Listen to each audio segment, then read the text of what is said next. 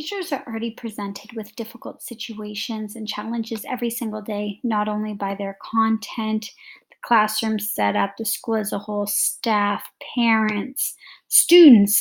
There's always concerns, there's always issues to be faced. But I think ultimately it's how you handle it and the ways in which you approach the situation to be better the next time.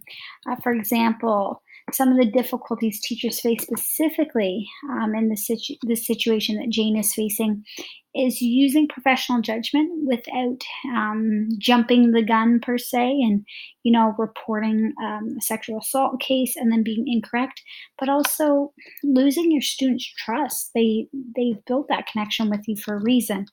um, and there's also the fear that the teacher can be charged if they fail to report the suspected child abuse if there are reasonable grounds.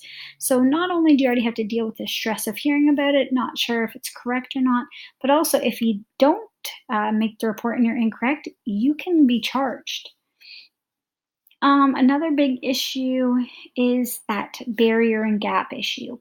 As a regular everyday teacher, do you discuss this with your department head? Do you ask others for opinion? Do you go directly to your administration and talk to your principal? Is it required to discuss it with your principal? My personal opinion is that it should never just be you that knows some information. I'm also a big believer that you shouldn't be talking about your students and parents to all your staff and coworkers.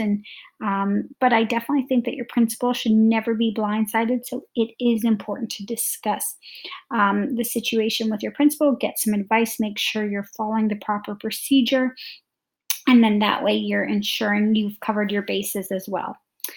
That's just as a regular teacher, and as a department head, it's pretty much the same thing. I think as a department head, though, you have to consider all of the issues. How could the situations be avoided in the future? How could you better prepare yourselves?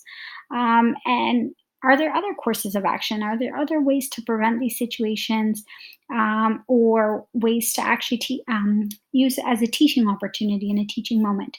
I think there's a lot that can be said for even just this case that I chose to study alone.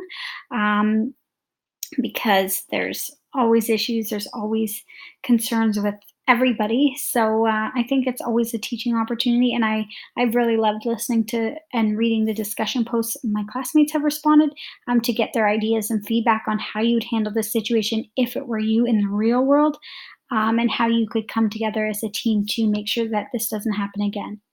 I hope you've enjoyed kind of listening and watching my, multimodal presentation. And I've really enjoyed taking this course with you. Thank you so much and have a great day.